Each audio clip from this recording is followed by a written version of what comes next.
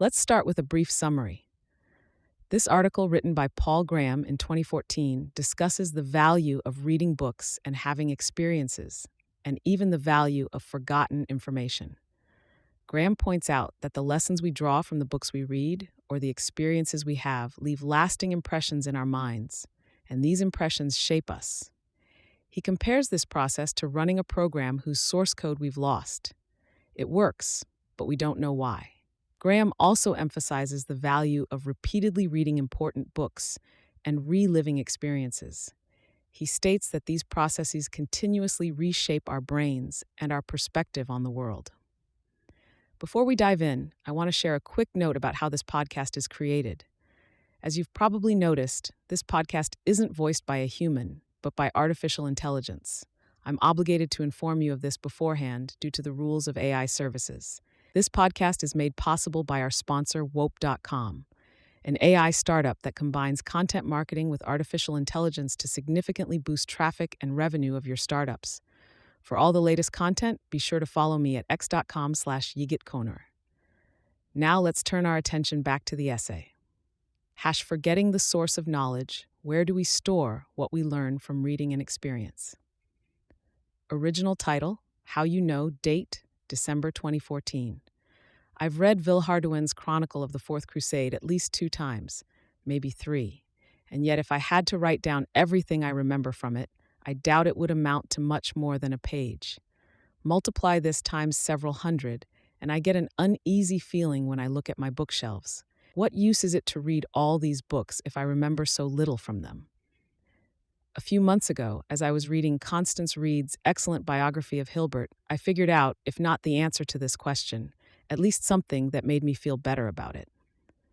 She writes, Hilbert had no patience with mathematical lectures, which filled the students with facts, but did not teach them how to frame a problem and solve it.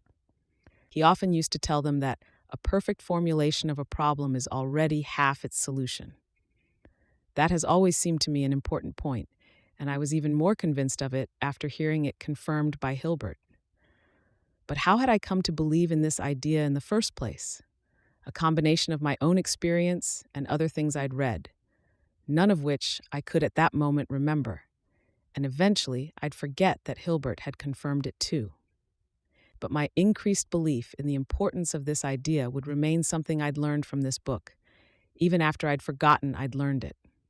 Reading and experience train your model of the world, and even if you forget the experience or what you read, its effect on your model of the world persists. Your mind is like a compiled program you've lost the source of. It works, but you don't know why. The place to look for what I learned from Villehardouin's Chronicle is not what I remember from it, but my mental models of the Crusades, Venice, medieval culture, siege warfare, and so on. Which doesn't mean I couldn't have read more attentively, but at least the harvest of reading is not so miserably small as it might seem. This is one of those things that seem obvious in retrospect. But it was a surprise to me and presumably would be to anyone else who felt uneasy about, apparently, forgetting so much they'd read. Realizing it does more than make you feel a little better about forgetting, though. There are specific implications. For example, reading and experience are usually compiled at the time they happen, using the state of your brain at that time.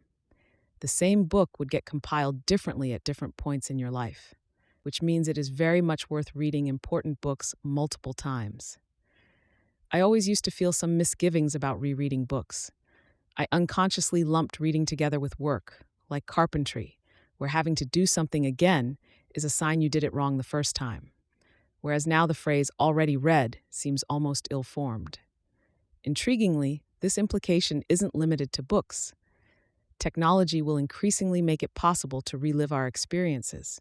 When people do that today, it's usually to enjoy them again, e.g. when looking at pictures of a trip, or to find the origin of some bug in their compiled code, e.g. when Stephen Fry succeeded in remembering the childhood trauma that prevented him from singing. But as technologies for recording and playing back your life improve, it may become common for people to relive experiences without any goal in mind. Simply to learn from them again, as one might when rereading a book. Eventually, we may be able not just to play back experiences, but also to index and even edit them. So, although not knowing how you know things may seem part of being human, it may not be. Thanks to Sam Altman, Jessica Livingston, and Robert Morris for reading drafts of this.